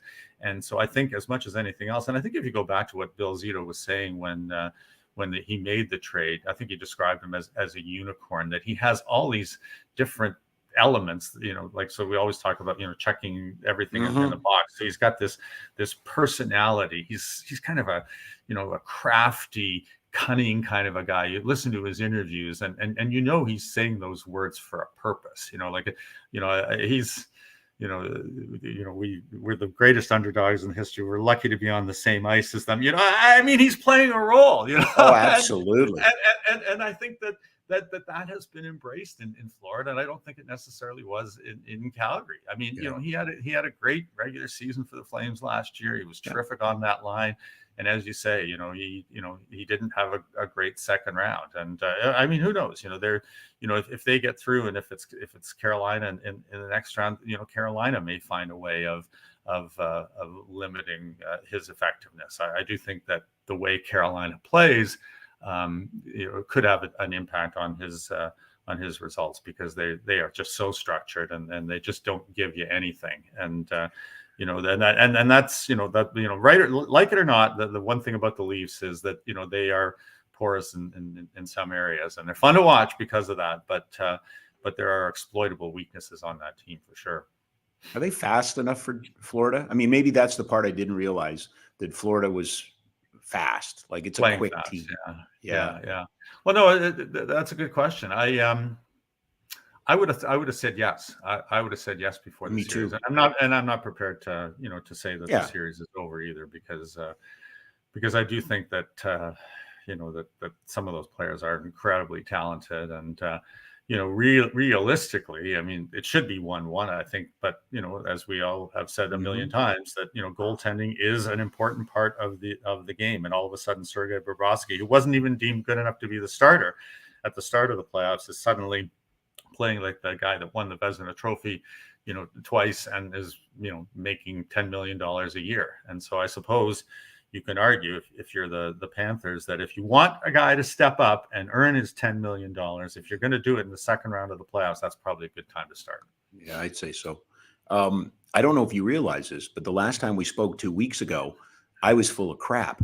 Because I said the New Jersey Devils, they're just learning to win. They're learning to lose, and they'll be good next year. And then they come and they beat the New York Rangers, and they're having a great run. However, we're one game into the next series, and I'm almost prepared to say, they're just learning to lose. They'll be good next year. Well, I think your analysis was based on the fact that they were not getting great goaltending, and then all of a sudden Akira Schmid goes in there and wins a whole bunch of games, and he's Steve Penny, right? He's a guy that's kind of come out of nowhere, and then he gets pulled in the first game against Carolina, and we don't know. So what I would say is, okay, I'm kind of dismissing the first game of that series, because I thought that New Jersey winning Game 7 required them to go to that emotional tank that you can only go to a handful of times in the playoffs. They had to be really, really good to win a deciding game, and it looked like there was a letdown in that first game against Carolina. So the good news is it happened on the road. You can't give a game away, but I think that they will be a better team and better prepared to play against the Hurricanes. The game's tonight, isn't it? I sometimes it is. It's the only, game tonight. Okay, yeah. So I'm not prepared to write Jersey off. I just thought that they just didn't have anything in the emotional tank in that opening game. But to your point, and I think you made it.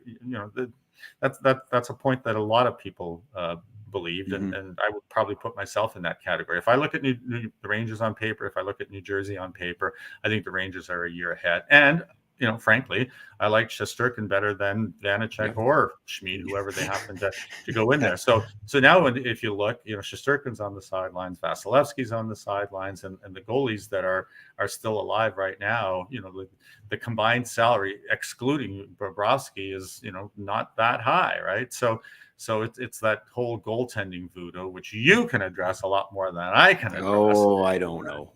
Well, I don't know. I own equipment. Let's draw the line there. At least you're part of the sickness, right? I am part of the sickness. Oh my God.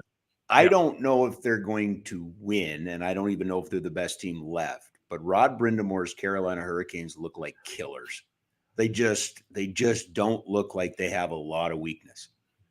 Well, it's because of their structure. And so I think they have weaknesses in goal, like Freddie Anderson, could trip on the way, walking from the dressing room to the ice and be out 3 months. I mean, And Antti Ranta is another guy that over the course at times has played sensational hockey, but he just can't stay out of the injury base. So I think there's always uncertainty with Carolina when it comes to the goaltending. I thought by now they'd probably get to Kochetkov.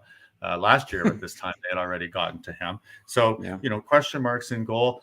I would say question marks up front, like suddenly Seth Jarvis, who had a really good 2 years ago and looked poised to have a breakthrough year, was very average. And this comes as someone that drafted him in his fantasy pool, who was watching him very, very closely. Yes. I don't think Kotkaniemi raised his level to where they hoped it would be, but he's another guy that historically, even when he was with Montreal, was good in the playoffs after not being not so good in the regular season. So again, that's something that you like as a team. No Svechnikov, no Teravainen. I mean, those are two of their top 6 forwards on a team that doesn't have a lot of forward depth. Yeah. And so do they have enough scoring? I don't know. There's a part of me that thinks they don't have enough scoring, but the one thing about it is beyond their structure, their 1-6 defense is tremendous, So, Brent Burns, of all of the people that are playing from that class of 2003, other than Patrice Bergeron, I think Burns is still the other player that is playing at a high level, not just hanging on the NHL or contributing in the NHL, but making a difference in the NHL. And I think that would have surprised a lot of people if we'd had this conversation 5 years ago. But he's been excellent. He's just been an excellent addition there. Jacob Slavin, we know about him. Pesci, Brady Shea has had a tremendous year for them. And we haven't even got past the top 4. They've got Gostisbehere on the power play. Chatfield is a good player. I mean, I really, really like their defense. I do too. And that.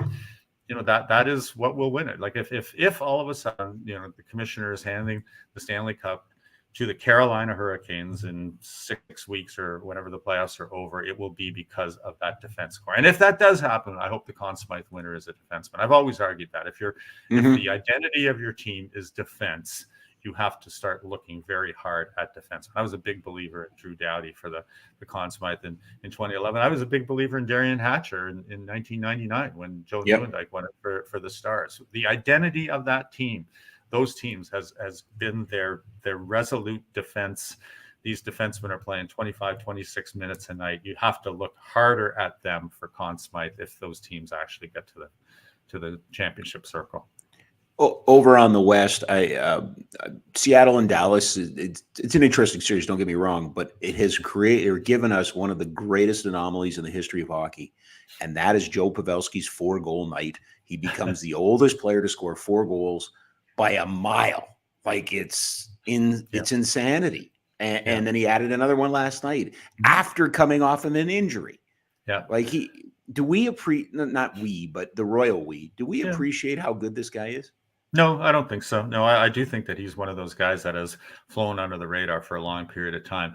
And again, I wish I had all of my materials in front of me, but there was a time when I was still back at the Globe and Mail where I wrote a story about the top goal scorers from this period to that period. Let's say it was an 8 or 9 year period. And it was all of the usual numbers. And I think number 4 was Joe Pavelski. And I remember the editor in charge came back and said, "Are you sure about this?" And the databases weren't as complete as they are today. And I said, "Yes, I am sure." And I think I went to the Elias Sports Bureau to double check it because that was the service that the NHL was using at the time. And they sent me back something. I sent it to the editor and it was like, I didn't realize that Pavelski had done as much for as long as he did. And I think that always stuck in my mind because, you look at, stats for a period of time and then, you see the usual suspects and then you see Joe Pavelski in there. It's like, Joe Pavelski, really? Joe Pavelski. And then you watch him play. And again, it's because he doesn't go end to end. So you don't see him on the highlight reels. I think that's a big part of it. So, we're watching, Sports Center or Sportsnet or all the highlight shows at night. And here's your annual Connor McDavid thing. And here's your Leon Draisaitl from that spot. And then, you're watching Matthews rifle it to the roof and Marner's dipsy doodling. And then you think, wow, I went 300 days and I never saw a single Joe Pavelski highlight. Why? Because the shot comes through and he gets it on the shaft of his stick and it changes direction deflection 1 inch, but it's just enough to go in the net. Think about, those. So he's got 5 goals in the 2 games. We always think that you're tipping it with the blade of your stick. Well, 2 of the goals went off the shaft of his stick. The puck is high. He turns, he caroms it off the shaft of his stick, and it goes in. I mean, that's not accidental. That is a learned skill. Great eye-to-hand coordination, but just from hammering away at it night in and night out, or day in and day out, because he does it every day at practice, I'm told. And it's really underrated. And the only people that really appreciate him are his teammates. If you ever talk to Joe Thornton about Joe Pavelski, he will rave. The various coaches that he's had, when Doug Wilson was running San Jose, I remember asking him about Pavelski once in the context of his draft position, because he was in the 200s and he was an afterthought. And he said, we had a guy that was pushing him, and a scout that was pushing him and pushing him and pushing him, and we just felt that we could get him at that point because no one else was watching him. But somewhere down, there's always been a handful of people that have appreciated what he does. Probably there just aren't enough that appreciate what he does. Well, we'll end on Vegas and Edmonton, and I'm the first person to say that I loathe the old historical comparisons and stuff like that. But I have to ask you, Crosby, Ovechkin, Gretzky, Lemieux, if by some chance Draisaitl was drafted by another team, would this league's rivalry be McDavid, Draisaitl? I know they try to do McDavid and Eichel and McDavid and Matthews, and they really don't. I'm not sure I fully appreciated how good the German Wayne Gretzky is, because this guy's putting on a show. Yeah, well, no, I agree with you, and I just reviewed my voting, and because I 3 weeks before the end of the season, I was trying to make the case of why Leon Draisaitl should be number 2 on your Hart Trophy ballot, right? And went through the historical comparisons, like how often in time have 2 players from the same team run 1-2, because the definition of the award is most valuable to his team. So like when it was Jonathan Toews and Patrick Kane, each contributed something really important to the team, but who was the most important? And if one was the most important, did that split the vote and the other guy fall completely off of your ballot? And of course, if you go back in time, it was Phil Esposito and Bobby Orr, and you could make that case. But again, it's a defenseman and a forward that are complementing each other. And then you go further back in time, and it was a goaltender and a forward. But it's never been 2 forwards, and so or it hasn't been 2 forwards since the 30s and the 40s. And I think it was Elmer Locke and Toe Blake.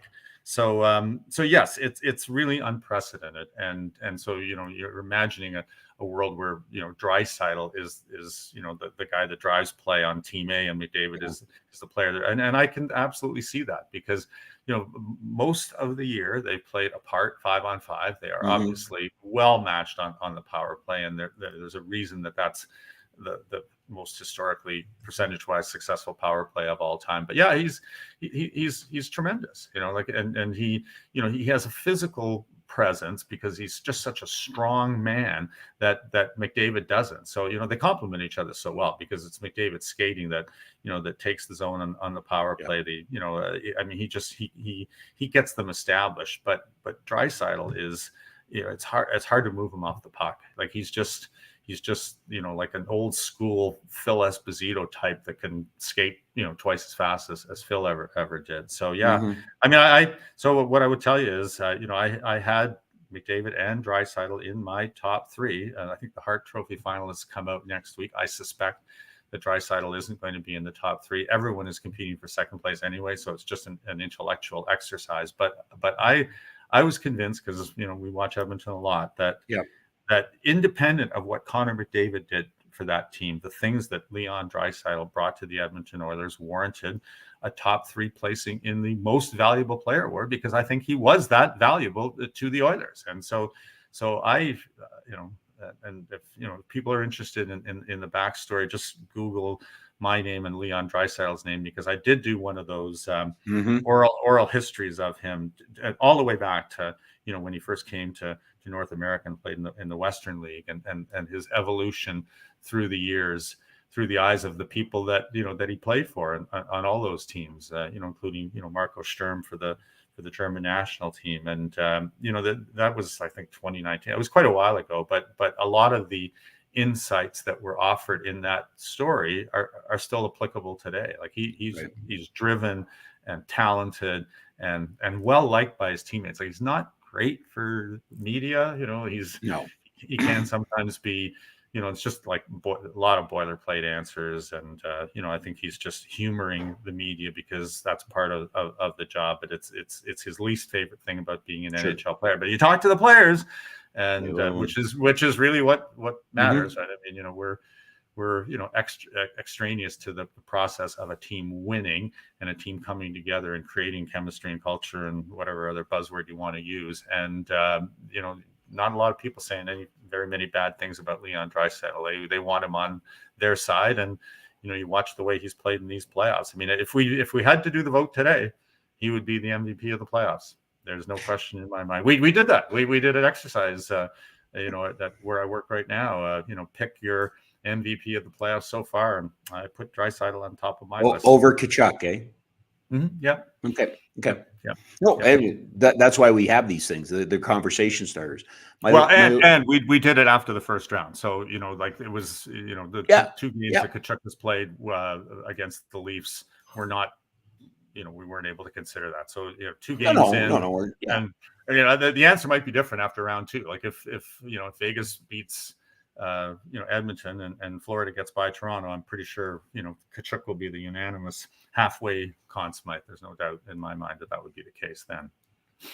My last one for you, then I'll let you go. And there's a term in football when a quarterback wins, but he's not a good quarterback. He's a system quarterback. Trent Dilfer wasn't a good quarterback, won a Super Bowl. But what is Laurent Brossoit? Is he a story? Is he a placeholder? He's got some connection to Calgary because he was drafted by the Flames, right? Yeah. I'm trying to figure out what Laurent, he just beat the guy that he played behind. What is he? Yeah.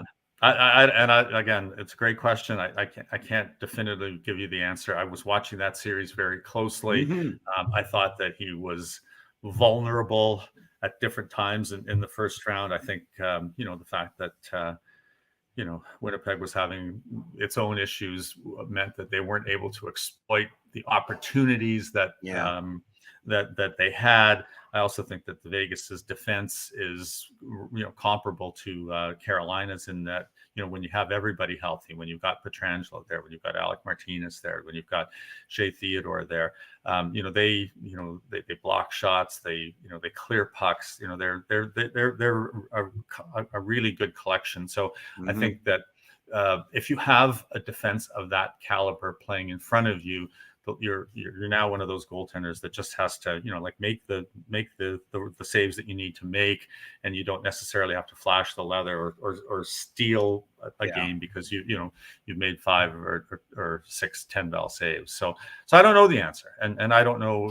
Again, we always use the Cinderella analogy. It's 11:59. Will he turn into a pumpkin soon? But you're right. So far, so good, and I think that the caliber of that Vegas team playing in front of him suggests that that it might be good enough for this round. And if it's good enough for this round, then it's good enough for the rest of the playoffs. Absolutely, you're not going to see McDavid and Draisaitl in rounds 3 and 4. So if you can find a way, then you're right. Maybe we'll have the answer on June the whatever when they hand the Stanley Cup out, what he actually is. But I thought he was, the interview he did in the first round that I saw on television, where it was like, I wasn't even sure if I was back in the NHL this year. 11 games in the NHL in the regular season. So, and if he's, if every goaltender that's there right now is healthy, he's probably sitting on the bench or maybe even sitting beside you in the press box, Rob. No, well, that's absolutely right. Like it could be Lehner's team, it could be Thompson's team, it could be, the kid from Hayden Hill's team. There you go. But that's why we love it, right? That's why we love it, because we get these stories. What's going to happen when it's Seattle, Vegas, Carolina, and Florida in the Final Four? It's going to force a lot of people who lament about non-traditional hockey markets that'll never work To me, Vegas, I love the Vegas story so much because all I heard was it'll never work. It'll never work. It'll never work. And it has worked better than any, right? But I would counter with, had Edmonton or if Edmonton and Toronto end up in the final, that some board of governor will try to put in a new rule that just to protect ourselves on television, no two Canadian teams can meet in the final. I just want good hockey, and I could get very good hockey out of what you said. Like out of those teams, you could get some compelling hockey. Yeah.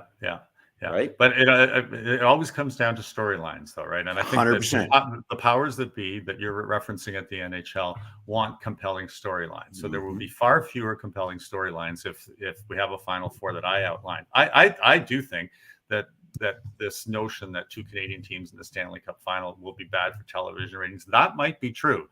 But Toronto and Edmonton is McDavid versus Matthews. And if you can't sell McDavid versus Matthews, then there's something wrong with your marketing department. Well, and I don't care that they're playing for two Canadian teams. And you will back me up on this. That whole argument is flawed anyway, because we got the Rangers and the LA Kings, and it was not great shakes. It didn't set records. You got New York and Los Angeles. I mean, it didn't set any records, right? So, all right, sir. Try to stay warm in California, and we will connect with you in a couple weeks. All right. Sounds good. Thanks, Rob. Okay. Thanks, Eric. Eric Duhatschek from The Athletic joining us, courtesy of our friends at the Ski Cellar Snowboard, skicellarsnowboard.com. 76 years in Calgary, 3 locations, McLeod Trail by Chinook Center, 17th Avenue Southwest, just off of 14th Street and Bow Ridge Road Northwest. Final mile today, just a couple of things. Tip of the hat to Erica Wiebe, Olympic gold medalist, had a little bit of a soiree last night. She deserves it, and I think is moving on to a different part of her life now, but a great Canadian, a great ambassador for sport, and just an outstanding person who's made Calgary better. Congratulations to the Kindred Foundation. I was fortunate enough to host their gala last night, and Kindred and the Up Foundation, their gala, and they raised over $400,000 for some great charity. It helps young families. It helps young parents. And it's a really important program that we need. It's another social safety net that isn't provided by the government, so needs to fundraise. And they did an amazing job last night. And one last time, I just want to thank everybody out here at Siksika Health for hosting us. As mentioned off the top, full disclosure, doing some work for the Calgary Surge on the community side, do some work for the First Nations Health Consortium on their communication side. But we were out here today with the Surge, and is the relaunch of the 36th annual Blackfoot Invitational basketball tournament, and we were able to be here on a special day. So thanks to Leanna Slay for joining us and bringing us up to speed on the meaning of today, Red Dress Day, May 5th, and again, that intersection of sport, mental health, and society. Have a great weekend, everybody. We're back with you on Monday. Thanks to our outstanding producer today, Mark Prince, who did a great job. I'm Rob Kerr. You know who you are. We'll see you soon. Gonna crack down, shut down, it's sundown. I said it's all just a game.